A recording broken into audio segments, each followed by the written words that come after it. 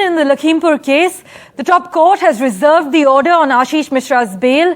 The Lakhimpur accused Ashish Mishra's bail plea is currently being heard in the Supreme Court, as we mentioned. The Supreme Court, though, has clearly said there should not be indefinite jail. This is the latest update we can share with you as far as the Lakhimpur case is concerned, which was underway in the Supreme Court. Now the top court has reserved the order on Ashish Mishra's bail. The latest news coming in currently. Earlier, the UP government had opposed the bail for Junior Home Minister's son. The bail plea was, of course, in the Lakhimpur case, as we've been tracking.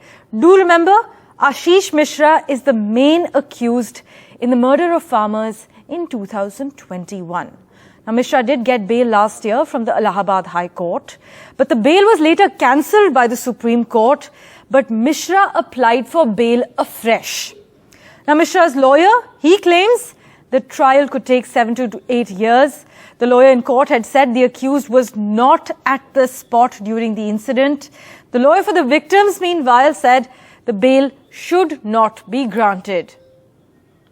Now, breaking news coming in. The top court has reserved the order on Ashish Mishra's bail. Let's go across to my colleague Alok Pandey for the latest. Alok, what details can you share with us currently?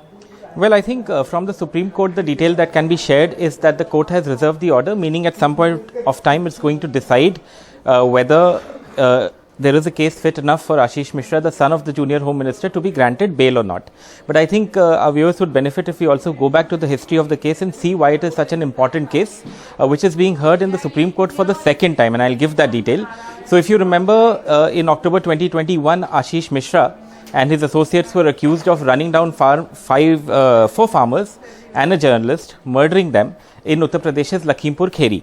A farmers' protest was taking place. The Junior Home Minister's convoy had passed through the area, and it is an accusation that these people got into an SUV, came back, murdered these farmers, and then brazenly were not arrested for a full week before a lot of pressure was exerted by the media, by farmers' organizations, and by the Supreme Court of India before these people could be arrested. Now, Ashish Mishra continued to remain in jail as a special investigation team of the UP police carried out the investigation in the case. But early last year, the Allahabad High Court actually granted bail to Mishra. And that was something that was opposed vehemently by farmers' organizations, by the witnesses in the case, and there are over 200.